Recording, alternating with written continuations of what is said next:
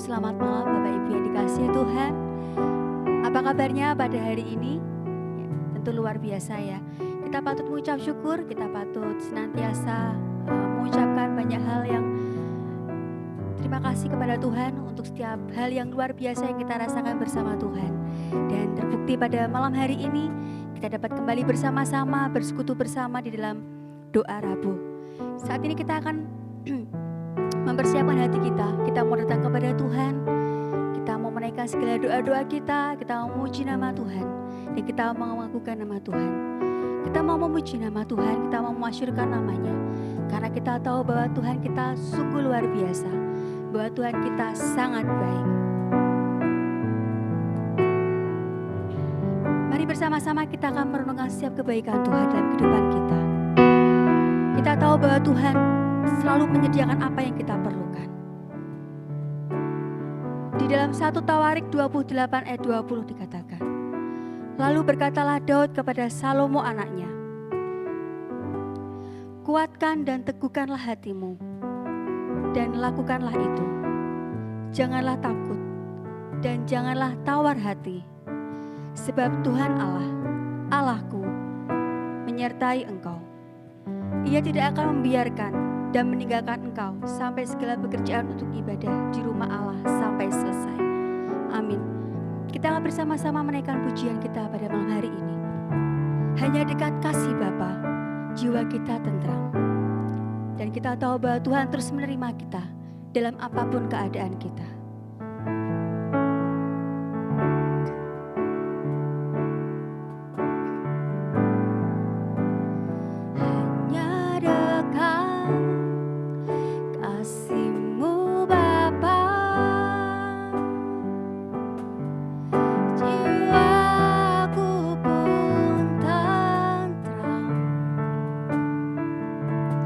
Engkau menerima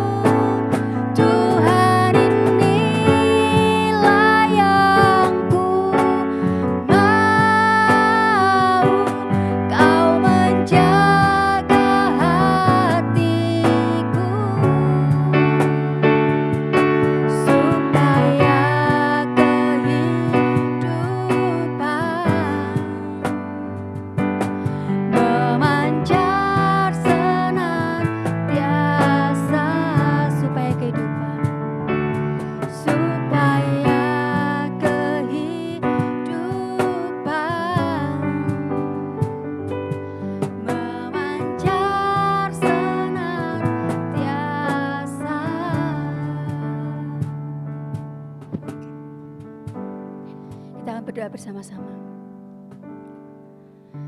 Benar Tuhan, bahwa hanya dekat Engkau, jiwa kami merasa tenang. Hanya di dekat Engkau Tuhan, jiwa kami merasa damai. Dan hanya dekat Engkau saja Tuhan, ada kehidupan yang terus terpindah dalam kehidupan kami. Engkau Allah kami yang sungguh luar biasa baik, yang terus menyertai kami. Kami sungguh bersyukur Tuhan, karena kami punya Allah yang tidak pernah meninggalkan kami. Engkau terus memberi kekuatan kami, pada kami setiap hari Tuhan, kekuatan yang baru dalam kehidupan kami. Engkaulah perisai kami Tuhan. Terima kasih Bapa, karena hingga pada malam hari ini, Engkau terus menyertai kami, Engkau masih memberkati kami, dan Engkau masih menjagai kami. Kami sungguh bersyukur Tuhan, untuk setiap nikmat dan anugerah yang Kau berikan buat kami. Kesehatan yang kami rasakan, berkat damai sukacita yang terus kami rasakan dari kehidupan kami pribadi, dan dari kehidupan keluarga kami Tuhan. Terima kasih Tuhan, bentuklah hati kami untuk selalu terus mengasihi Engkau.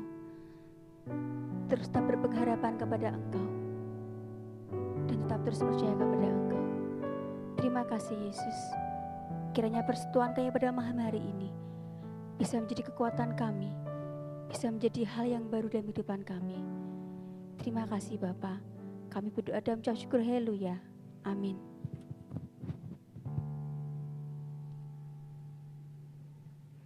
Di dalam Yesaya 40 ayat 31 dikatakan, tetapi orang-orang yang menantikan Tuhan mendapat kekuatan baru. Mereka seumpama raja wali yang naik terbang dengan kekuatan sayapnya. Mereka berlari dan tidak menjadi lesu. Mereka berjalan dan tidak menjadi lelah. Kita akan mengangkat satu kembali pujian. Hanya kepada Tuhan kita akan terus berlari. Dan di saat kita bimbang, kita akan terus percaya kepada Tuhan. Dan kita tahu bahwa bersama Tuhan ada kekuatan yang baru. Bagai Raja Wali, kita akan pujikan bersama-sama.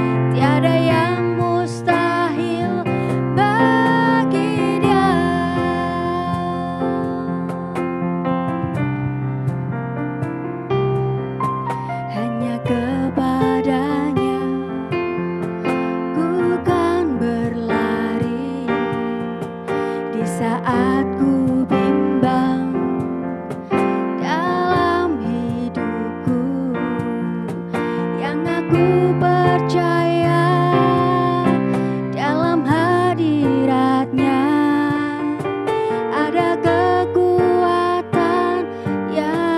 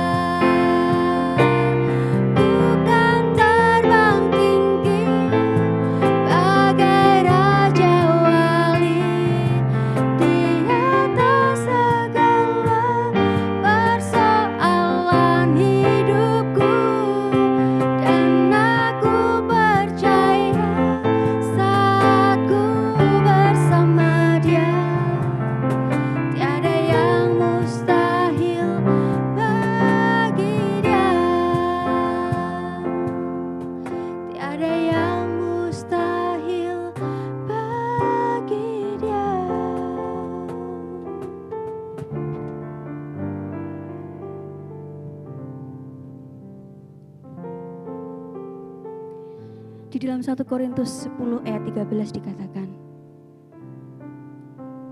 tidak ada pencobaan yang menimpamu selain pencobaan yang biasa bagi manusia. Akan tetapi, Tuhan itu setia, sehingga Dia tidak akan membiarkan engkau dicobai melebihi kemampuanmu. Melainkan dengan pencobaan itu, Dia juga akan menyediakan jalan keluar, supaya engkau dapat menanggungnya. Amin. Satu pujian kita akan pujikan bersama-sama kembali, bahwa Tuhanlah satu-satunya harapan kita. Di saat jalan kita semua tertutup, kita tahu bahwa Tuhan ada di sana untuk memberikan kita jalan keluar. Dan di saat kita merasakan pahitnya kenyataan kehidupan kita tahu bahwa sekali lagi Tuhan yang akan memberikan kekuatan bagi kita. Satu-satunya harapan kita akan pujikan bersama-sama.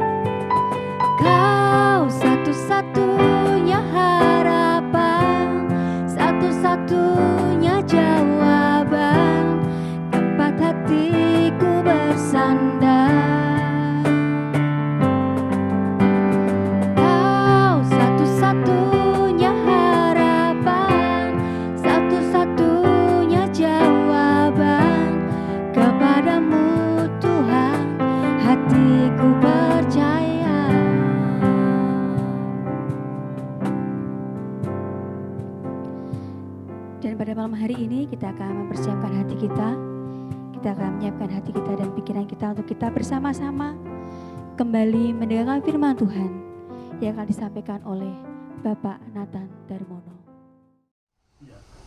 Bapak, Ibu, Saudara sekalian yang kami kasih, saya sayangi di dalam kasih Tuhan Yesus Kristus. Selamat pagi, apa kabar? Luar biasa, Tuhan memberkati kita sekalian.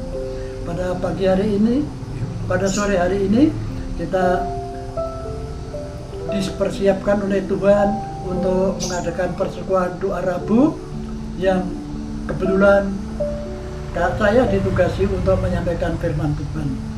Dan judul yang kami ambil di dalam renungan pada sore hari ini, benarkah Paskah lebih dihargai daripada Natal? Marilah kita berdoa. Ya Tuhan Allah, Khalik langit dan bumi yang kami puji, kami sembah, kami muliakan di dalam nama Tuhan Yesus Kristus.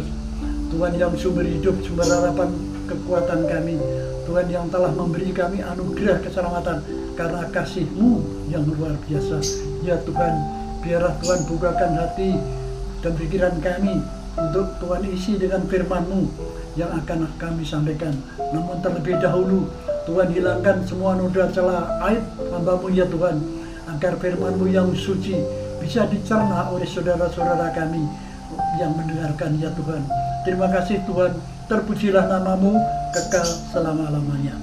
Bapak Ibu Saudara sekalian yang dikasihi Tuhan, seperti yang sudah saya sampaikan, bahwa judul pada renungan pada sore hari ini adalah benarkah Paskah lebih dihargai daripada Natal. Sebagai dasar renungan ini saya ambilkan dari kitab kiriman Rasul Paulus kepada jemaat di Korintus, di dalam 1 Korintus pasal 15 ayat 14. Tetapi andai kata Kristus tidak dibangkitkan, maka sia-sialah pemberitaan kami dan sia-sialah juga kepercayaan kamu.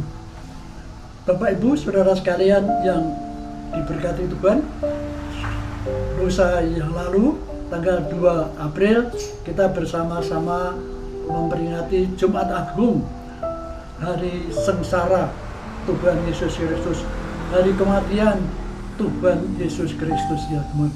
Kemudian minggu yang akan datang itu kemudian itu adalah tentang kebangkitan. Kemudian kami secara jelasnya demikian, bahwa di dalam kita memperingati Paskah ternyata tidak ada persiapan khusus, tidak ada panitia khusus, tidak ada perayaan khusus ya Tuhan. Ya seperti pada waktu kita Natal, pada waktu kita memperingati Tuhan Yesus Kristus. Sejak 1 Desember kita sudah dipersiapkan di rumah, kita sudah sibuk sendiri dengan masang ornamen Natal, dengan memasang pohon terang di rumah masing-masing. Lampu kelap-kelip yang sudah kelap-kelip sudah rusak, kita buru-buru beli yang baru. Toko-toko swalayan, toko-toko yang besar sudah menyiapkan segala sesuatu, membuat pohon terang yang tinggi luar biasa dengan semua pernik-pernik Natal yang luar biasa. Apalagi di toko swalayan, superhero, toko Giant berlomba-lomba membuat ornamen Natal pada tokonya masing-masing. Dan acaranya juga demikian. Ada perenungan Natal, ada biada, ada perayaan, ada hadiah Natal, ada sembako, dan ada sinterklas. Tetapi semua itu dilaksanakan, disambut oleh orang-orang dunia dengan sangat luar biasa. Mungkin Natal itu tidak ada hubungannya dengan tahun baru.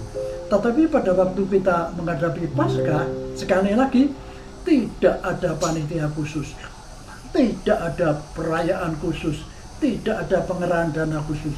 Kemudian pertanyaannya, benarkah Paskah lebih dihargai daripada Natal? Kemudian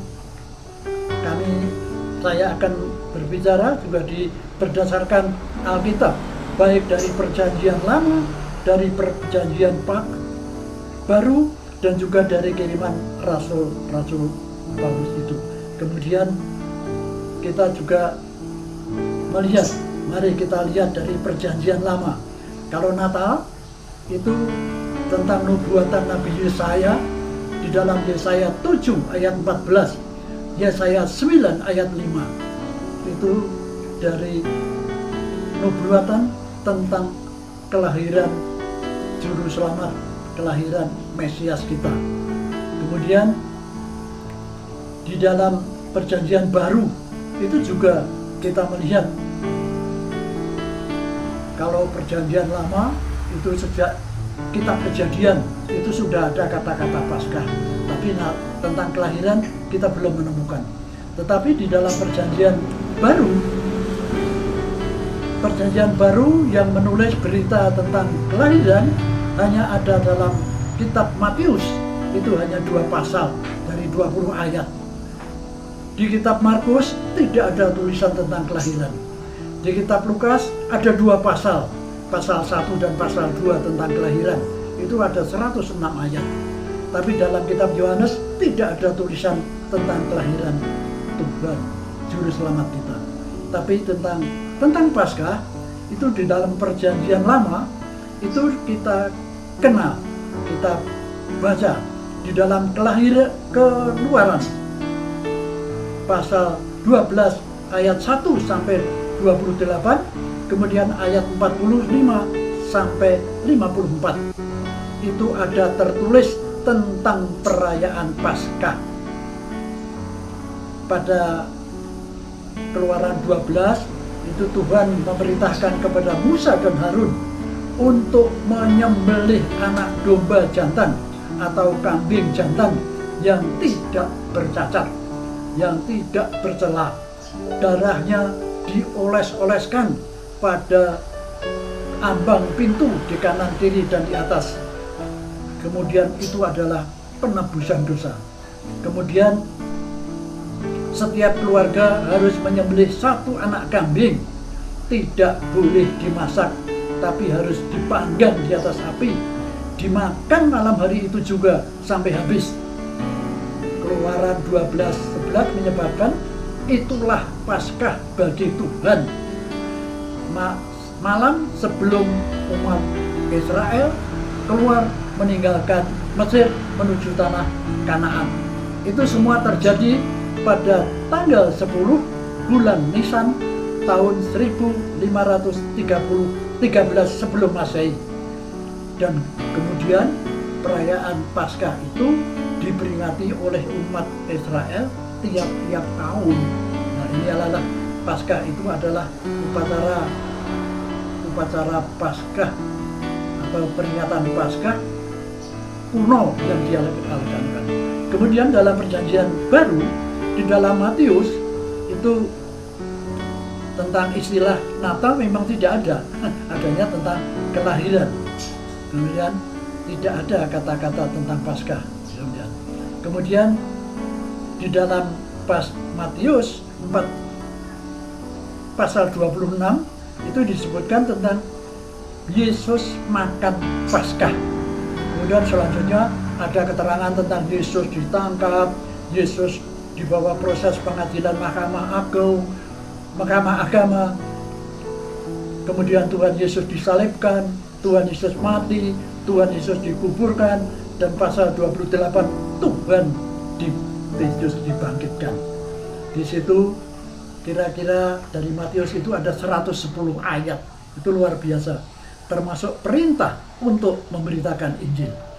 Kemudian dalam kitab Markus itu rencana membunuh Tuhan Yesus disebutkan di dalam rencana Paskah ini. Kemudian rencana membunuh Tuhan Yesus. Yesus makan Paskah. Tuhan Yesus ditangkap, dihadapkan di muka Pilatus, diolok-olok, disalibkan. Kemudian Tuhan Yesus mati, dikuburkan. Pasal 16 ada kebangkitan dan kemudian menampakkan diri. Di dalam Lukas juga disebut rencana untuk membunuh Tuhan Yesus. Dalam rencana Paskah yang banyak itu, Yudas mulai mengkhianati Tuhan Yesus. Kemudian disebutkan istilah Paskah ada, persiapan untuk makan Paskah di pasal 22 ayat 7. Penetapan perjamuan malam. Kemudian Tuhan makan Paskah dengan para murid. Tuhan Yesus ditangkap, dibawa untuk disalibkan, dikuburkan, dan dibangkitkan. Tuhan Yesus menampakkan diri. Dalam Yohanes juga disebut jadi tentang Paskah ini. Di dalam kitab Lukas itu ada 142 ayat gitu. Kemudian dalam Yohanes pasal 18 Tuhan Yesus ditangkap, kemudian dihukum mati, disalibkan, Tuhan Yesus mati, dikuburkan, kemudian dibangkitkan. Jadi tentang Paskah ini ada di dalam Yohanes itu juga lebih dari 106 ayat.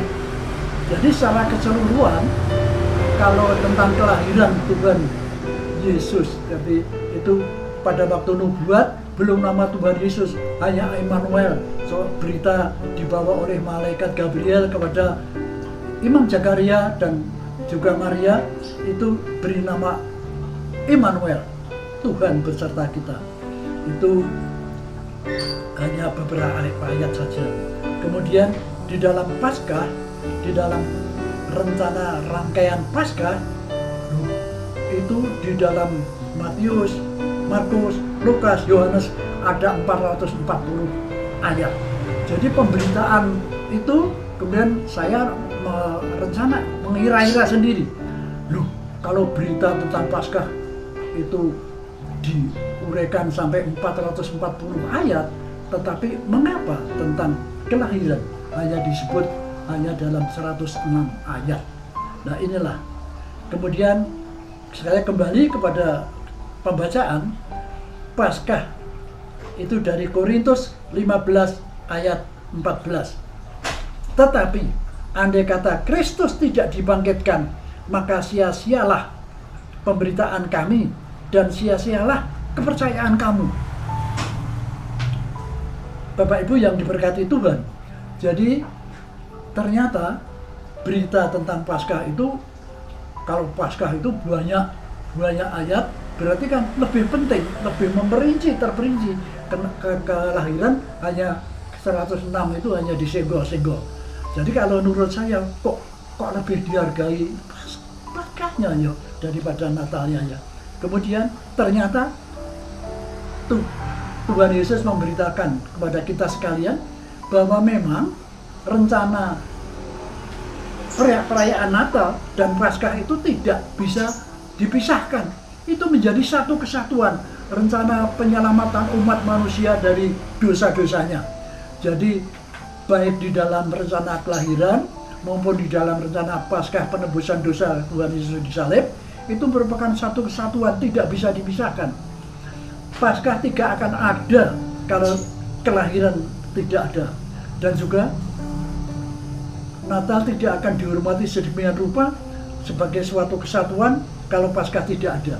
Jadi di sini kita sebutkan bahwa kita menjadi orang Kristen itu karena adanya kebangkitan. Jadi pada waktu kelahiran Tuhan Yesus tidak mungkin dihadiri oleh banyak orang. Tetapi pada waktu Tuhan Yesus disalibkan, itu murid-muridnya malah tersebar mencari selamat.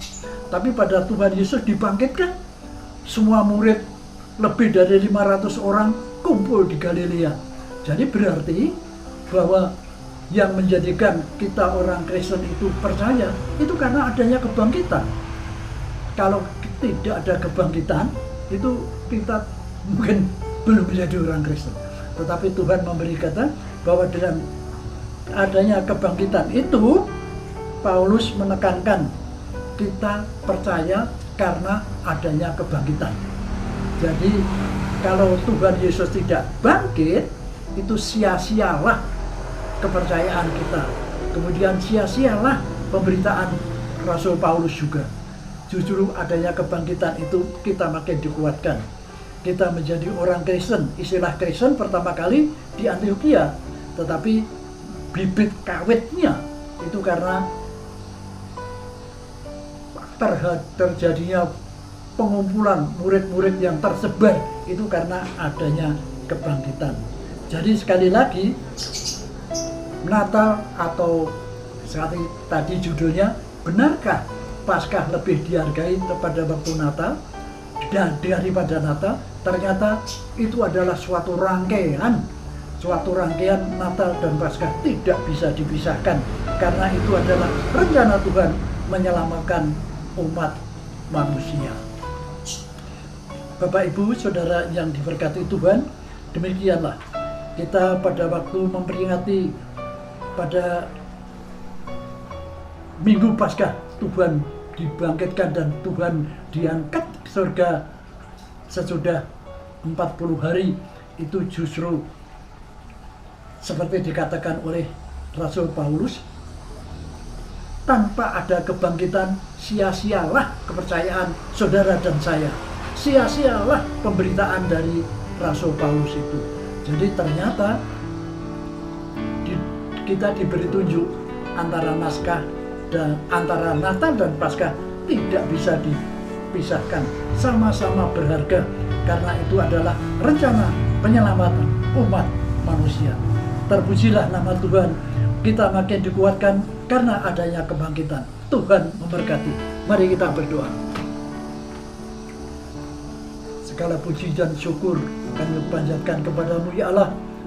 Tuhan telah mengajar kami ya Tuhan. Kami makin percaya kepadamu ya Tuhan. Janji Tuhan untuk menyelamatkan umat manusia itu tergambar semua dalam kebangkitan-Mu ya Tuhan. Karena Tuhan Yesus akan sesudah bangkit akan turun dan akan menjadikan kami murid-Mu ya Tuhan. Terima kasih Tuhan. Periman kami, kepercayaan kami tidak sia-sia. Karena benar-benar Tuhan memenuhi janji Tuhan. Sejak zaman purba mulai manusia jatuh dalam dosa, sehingga dalam kebangkitan-Mu yang menjadikan kami orang-orang yang makin percaya, yang Tuhan sebut kami adalah orang-orang Kristen. Terima kasih Tuhan, terpujilah nama-Mu Tuhan. Kami bangga mempunyai Allah seperti Dikau ya Tuhan Yesus. Tuhan yang telah menyelamatkan kami, tidak memperhitungkan kejahatan, pelanggaran, noda, celah, aib kami ya Tuhan. Terima kasih Tuhan, kami menyebut Tuhan adalah yang maha baik. Terima kasih Tuhan, terpujilah nama-Mu kekal selama-lamanya. Dalam nama Tuhan Yesus Kristus, kami berdoa dan mengucap syukur. Haleluya. Amin. Mengucap syukur karena pada malam hari ini kita sudah bersama-sama mendengarkan firman Tuhan yang disampaikan oleh Bapak Nathan Darmono, dan kiranya bisa menjadi kekuatan untuk kita dan bisa menjadi pembelajaran di kehidupan kita untuk kita terus percaya kepada Tuhan dan mengandalkan apa yang Tuhan berikan dalam kehidupan kita. Dan pada malam hari ini tiba saatnya kita akan berdoa bersama-sama. Kita akan menaikkan segala pergumulan pribadi kita, dan kita akan menaikkan segala doa-doa kita, segala doa yang sudah disiapkan oleh gereja. Bapak Ibu bisa mengambil saat berdoa bersama keluarga dan bisa berbagi cerita satu dengan yang lain bersama keluarga yang ada di rumah. Bapak Ibu juga bisa saling mendoakan. Kita akan menyerahkan segala pergumulan kita. Kita akan menyerahkan segala doa-doa kita. Dan pada akhirnya saya mengucapkan selamat malam. Tuhan Yesus memberkati kita semua.